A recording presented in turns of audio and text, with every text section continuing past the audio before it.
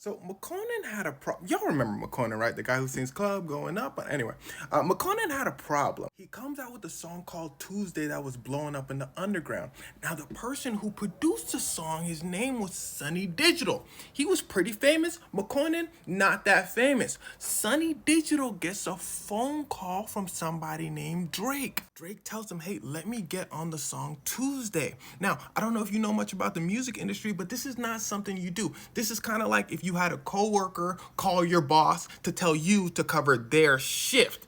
Your boss would be like, why don't you ask yourself? And that's exactly what Sonny did. He says, why don't you ask McConan yourself? You know what? Don't even worry about it. I'll ask him for you. So he asked McConan, hey, you want Drake to get on your song? McConan goes, of course, I'm an unknown artist. Drake, tell him to get on my song. So Drake gets on the song. The song becomes a huge hit and everybody lives happily ever after. Psych, stupid. Here's where things start to get wicked. Now, McConan gets two deals. He gets a deal offer from Drake saying, hey, why don't you come sign to me? And he gets another offer from somebody else. Now, I need you to start listening right now. Drake's offer is every song that you've ever created, you need to take down. He had like 10 albums at this point. And also, you don't have to pay for the feature that I just gave you, meaning that the opposite is true.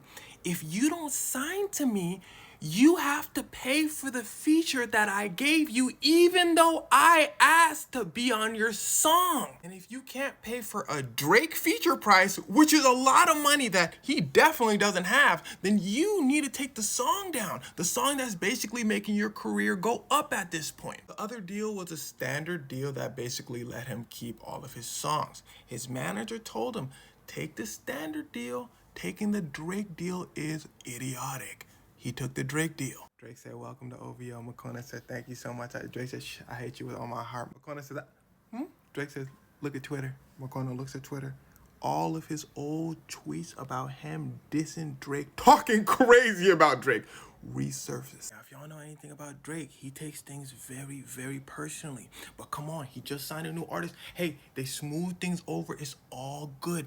Drake invites him to the studio. McConan goes over to the studio with his manager. Everything cool. And then McConan's boyfriend walks in. McConan's manager looks like, he said, why did you invite him? McConan goes, he cool, he gonna be fine. McConan's manager looks at his boyfriend and says, don't say anything that's gonna be weird. McConan's boyfriend goes, you know I'm cool, I'm cool.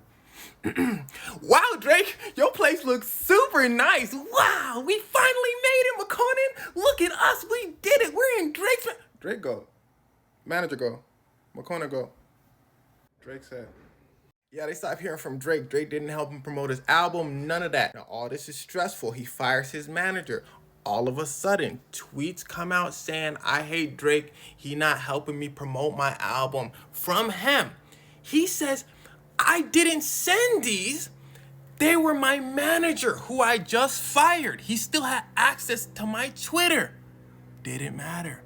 Drake heated up. Now the worst part is he was just at the Grammys. The tweets then dropped talking about Drake and Rihanna and everybody in the industry. Everybody in the industry like, that dude kind of weird. Drake goes, you're dropped from the label. And the sad part is it didn't even matter. He was trapped by OVO long enough for his career to take a decline. And McConan himself describes the OVO Sweatshop best. They call Drake's label the OVO Sweatshop, by the way. He said they only signed him because Drake needed a hit song. Before they signed him, Drake was saying, you're the greatest songwriter I ever heard.